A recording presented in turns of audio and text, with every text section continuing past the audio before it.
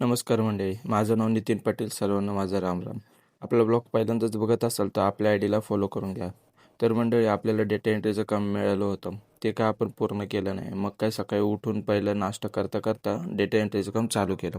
Data एंट्रीचं काम वाटतं तेवढं सोपं नसतं, पण कोणतेही काम असो आपल्याला हातात आलं की सोडायचं नाही. लहानपणी असताना हा विचार तुम्ही नक्की ऐकला असेल, हाती गेल ते तडीच नाही. हा सुनी कोणी ऐकलंय कमेंटमध्ये नक्की सांग. म्हणून एकदा काय सुरुवात केली ती पूर्ण करायचंच. मग काय हो, काम करता करता आपल्याला जॉबचा टाइम झाला. मग काय आपण निघालो जॉबला. रस्त्यात आज आपल्याला लिफ्ट नाही भेटली, पण डायरेक्ट रिक्षाच भेटली. आपण आलो डायरेक्ट थेट मैदानावर, कारण की आज होती महाराष्ट्र केसरीची फायनल. सकाळ सकाळ त्यांची नियोजनाची तयारी चालू होती आणि काय खेळाडूंची कुस्ती. संध्याकाळपर्यंत समजूनच जाईल आपला विजेता कोण आहे आणि फॉर्च्युनरचा मालक कोण आहे. त्यानंतर मग आपण बस पकडून आलो आपल्या जॉबला. आलो तर कधीच शॉपमध्ये साफसफाईचं काम चालू होतं. मग काही एक फेरफटका मारून आलो आणि साफसफाई झाल्यानंतर आत जायचं होतं, पण आत जाता आलं नाही. का फरची ओली होती म्हणून बाहेरच बसलो. तेवढ्यात आपल्याला सोन्याची चेन दिसली. सोन्याची चेन काही खरी नव्हती, खोटी होती. मग तिला दिली फेकून आणि शॉपमध्ये मधली कामं करून घेतली. जरा वेळानंतर जिरफचा ओनर भेटला आपल्याला. भाऊला म्हटलं आपल्याला एक राईड मारायची. भाऊ एक राईड मारून देता का? भाऊ म्हटलं आत्ता नाही भाऊ, आम्ही बिझी आहे, नंतर या कधीतरी आपण तुम्हाला नक्की राऊंड मारू. मग काय काल संडे होता त्यामुळे शॉपमध्ये गर्दी गर्दी नव्हती. शॉप संडे असून सुद्धा गर्दी नव्हती. कंटाळा आला होता.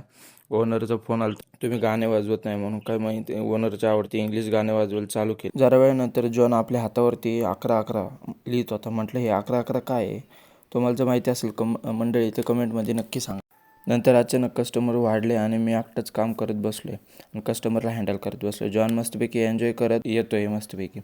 शॉप बंद करायच्या वेळेस जॉनला एवढी तयारी करून बसलं की काय सांगू. बॅग वगैरे सगळं पॅक करून बसलाय आणि मला लॉक करून घेतलं. मग शॉप बंद करून आपण आलो स्टॉपला. बघा कसं आहे. ये हमारा एरिया है मौसड़ी के. नशिबाने बस भेटली आणि त्यात पण आपल्याला एवढं ट्रॅफिक लागलं की काय सांगायचं नाही. 1 तास झालं तरी पण आपण काय घरी पोहोचलो नव्हतो. आणि तुम्हाला दाखवतो, हे मामू लोक मस्तपैकी गप्पा मारत बसलेत. ह्यांना ट्रॅफिक काढायचं काही टेन्शनच नाही. एवढी भली मोठी ट्रॅफिक लागली होती. मग काही एवढं लेट झालं म्हणून काही रिक्षा वगैरे काय नाही भेटली, म्हणून आपण फोन करून आपली घरची गाडी बोलून घेतली. घरची गाडी जशी दिसली आपण गाडी चालू घेतलो आणि अर्ध्या तासाच्या जागी 10 मिनिटात आपण घरी पोहोचलो. घरी आल्यानंतर बघतो तर काय 12 वाजले होते. आता माझे बी 12 वाजलेत आणि घड्याळचे पण 12 वाजले. तुम्ही तुमचे 12 नका वाजू देऊ. म्हणून घ्या झोपून. भेटूया पुढच्या ब्लॉगमध्ये. जय महाराष्ट्र.